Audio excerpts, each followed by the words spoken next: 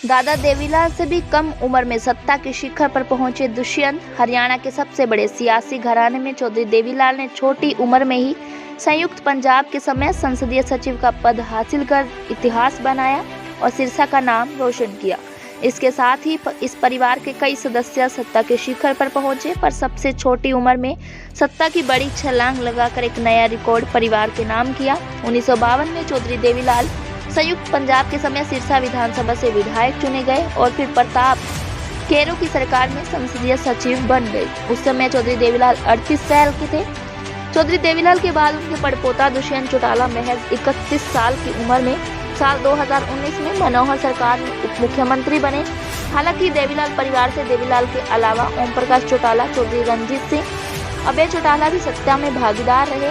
दरअसल लाल घरानों में हरियाणा में सबसे बड़ा सियासी घराना चौधरी देवीलाल का रहा। इस घराने से चौधरी देवीलाल 2 बार उप प्रधानमंत्री, 2 बार मुख्यमंत्री बने तो ओम प्रकाश चौटाला 5 बार मुख्यमंत्री की कुर्सी तक पहुंचे।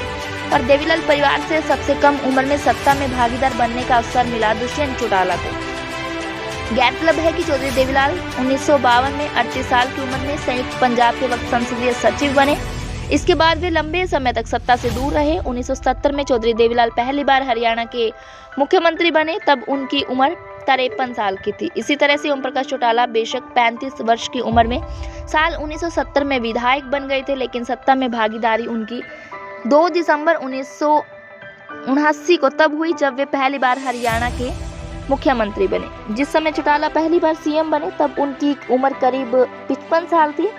इसी प्रकार से चौधरी देवीलाल के मंझले बेटे चौधरी रंजीत सिंह 42 साल की उम्र में पहली बार अपने चौधरी देवीलाल की सरकार में कृषि मंत्री बने। 2014 में इनेलो को 31 सीट पर जीत मिली और अभय चौटाला नेता प्रतिपक्ष बने।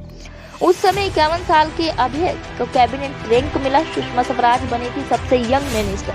हरियाणा में सबसे कम उम्र में मंत्री बनने का रिकॉर्ड सुषमा स्वराज के नाम है। 1952 में जन्मी सुषमा स्वराज 1970 में चौधरी देवीलाल की सरकार में मंत्री बनी थी। 25 साल की सुषमा को उस समय कैबिनेट मंत्री बनाया गया था। सुषमा स्वराज इसके बाद साल 1987 में भी चौधरी देवीलाल की सरकार में मंत्री रही।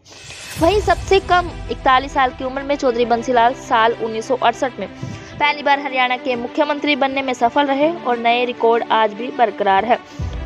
1987 का नहीं, 1970 का चुनाव है याद करने लायक। हरियाणा में आमतौर पर 1987 के चुनाव को कई मौकों पर याद किया जाता है। राजनेता भी हरियाणा में हुए 1987 के ऐतिहासिक चुनाव का जिक्र अक्सर करते हैं। पुराने लोकदली और इनेलो के नेता भी चटकारे लेकर 1987 के चुनाव की कहानी बतलाते हैं। 1987 का चुनाव वास्तव में ऐतिहासिक था। इस चुनाव में कांग्रेस 5 सीटों पर सिमट गई थी। लोकदल और उसके सहयोगियों को 85 सीटों पर जीत मिली थी, पर कांग्रेस का इससे भी बुरा प्रदर्शन रहा। साल 1970 के चुनाव में रहा था। 1970 में कांग्रेस को महज 3 सीटों पर जीत मिली थी। कांग्रेस ने 7 सीटों पर अपने उम्मीदवार नहीं उतारे थे। उस समय चुनाव में 38 विधानसभा क्षेत्रों पर कांग्रेस के प्रत्याशियों की जमानत जब्त हो गई थी। न तो इससे पहले और न ही इसके बाद के कभी चुनाव में कांग्रेस का ऐसा खराब प्रदर्शन रहा। हरियाणा की सियासत के कांग्रेस के लिए 1970 और 1987 के 2 विधानसभा चुनाव ऐसे रहे जब कांग्रेस दहाई के आंकड़े को न छू सकी।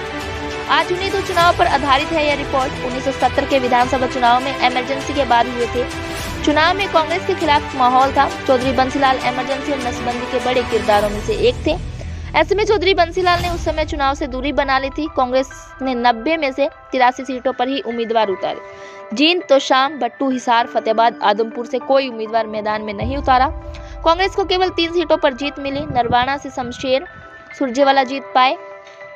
छछरौली से कन्हैयालाल और उचाना से बरेंद्र सिंह जीत गए। खास पहलू यह है कि syndicate chief minister Banarasi Das Gupta Bhiwani से चुनाव हार गए। इससे पहले 2 बार हरियाणा के मुख्यमंत्री रह चुके चौधरी बंसीलाल ने चुनाव ही नहीं लड़ा तो उनके बेटे सुरेंद्र आजाद उम्मीदवार के रूप में तो शाम से जीत गए। 1970 के चुनाव में चरखी दादरी में कांग्रेस 7वें स्थान पर खिसक गई। नीलोखेड़ी, गुहला, चिक्का, पाई, सालावास, बड़ौदा, केलाना, जुलाना, पेटौदी और बाडड़ा इलाहाबाद में चौथे तो बरवाला, हांसी, गिराए और महम में 5वें स्थान पर रहे। कांग्रेस के कुल 38 उम्मीदवारों की जमानत जब्त हुई।